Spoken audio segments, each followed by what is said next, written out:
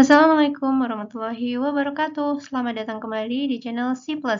Di video kali ini, saya akan melanjutkan kembali pembahasan soal UKAI tentang infeksi ya, spesial untuk imunisasi. Semoga video ini bisa membantu teman-teman untuk menyiapkan ujian UKAI. Semangat!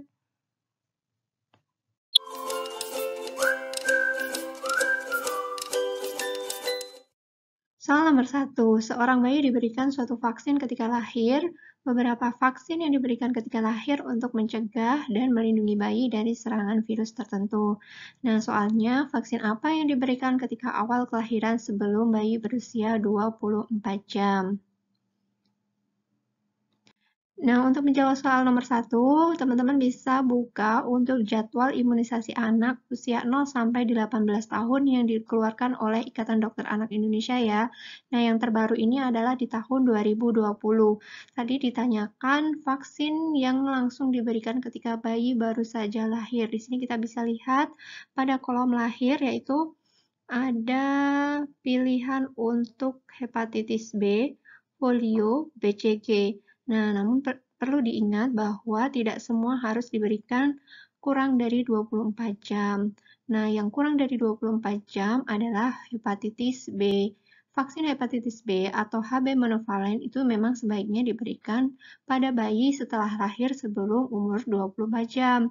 Namun, apabila berat badannya kurang dari 2000 gram, imunisasi sebaiknya ditunda sampai umur 1 tahun atau lebih. Nah, dikecualikan lagi apabila ibunya ini memiliki HBsAg positif. Seperti itu ya. Jadi, untuk soal nomor 1, jawaban yang paling tepat adalah B, hepatitis B.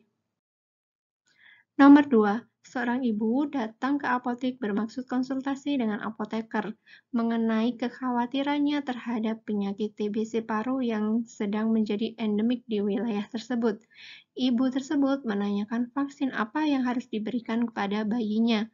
Rekomendasi apoteker adalah vaksin A, BCG, B, DPT, C, HIV, D, PCV, dan E adalah TT.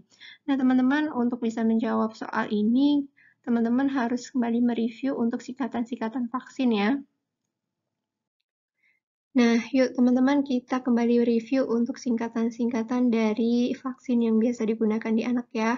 Yang pertama ada BCG atau Bacillus Calmette-Guerin. Nah, ini ditujukan untuk TBC ya. Kemudian ada DTP yaitu difteri tetanus pertussis. Kemudian ada HIB, Haemophilus influenzae B. Kemudian ada HPV, Human Papillomavirus. Kemudian ada PCV, Pneumococcus. Kemudian ada MR atau MMR, biasanya itu untuk campak rubella. Kemudian ada RV1 rotavirus monovalent. Jadi, untuk soal nomor 2, jawaban yang paling tepat adalah BCG ya. Selanjutnya, untuk soal nomor 3, perkembangan penyakit rubella sedang berkembang. Pemerintah khususnya akan menganjurkan pengantin suami istri yang baru untuk menyuntikkan vaksin sebagai preventif rubella. Nah, vaksin yang dimaksud itu terkandung dalam vaksin apa? Nah, tadi soal nomor 2, kita sudah mereview terkait singkatan-singkatan vaksin ya. Jadi untuk terkait rubella, kita pasti sudah bisa menjawab untuk soal ini, yaitu A, MMR. Soal nomor 4, seorang wanita datang ke apotek untuk berkonsultasi mengenai tujuannya untuk melindungi anak dari batuk rejan. Vaksin apakah yang bertujuan preventif untuk batuk rejan? Nah, teman-teman di sini ingat kembali ya, untuk batuk rejan ini kata lainnya adalah pertussis. Jadi, vaksin atau imunisasi yang diberikan adalah C, yaitu DPT. Soal nomor 5. Seorang ibu akan melahirkan anaknya. Ibu tersebut khawatir akan penyakit pneumonia dan berkonsultasi kepada apoteker terkait jadwal vaksin tersebut untuk anaknya. Jadwal yang direkomendasikan adalah... Nah, untuk bisa menjawab soal nomor 5 ini, teman-teman bisa kembali membuka acuan jadwal imunisasi anak di usia 0 sampai 18 tahun untuk tahun 2020 ya. Tadi yang ditanyakan adalah terkait pneumonia. Pneumonia berarti kita akan memberikan vaksinnya adalah terkait pneumococcus yaitu PCV.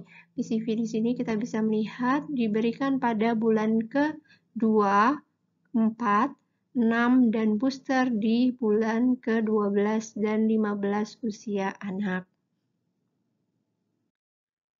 Baik, jadi untuk soal nomor 5 ini jawaban yang paling tepat adalah B ya, diberikan pada usia 2, 4, dan 6 bulan, kemudian booster pada usia 12 dan 15 tahun. Nah, kalau untuk yang diberikan saat lahir sebelum 24 jam, tadi sudah dibahas ya, hepatitis B. Oke teman-teman, cukup sampai di sini dulu pembahasan soal UKI untuk infeksinya terkait imunisasi. Semoga dapat membantu teman-teman dalam belajar mempersiapkan UKAI. Sukses selalu, ditunggu untuk video-video selanjutnya ya. Terima kasih. Jangan lupa like, comment, share, dan klik notifikasi dan subscribe channel ini. Wassalamualaikum warahmatullahi wabarakatuh.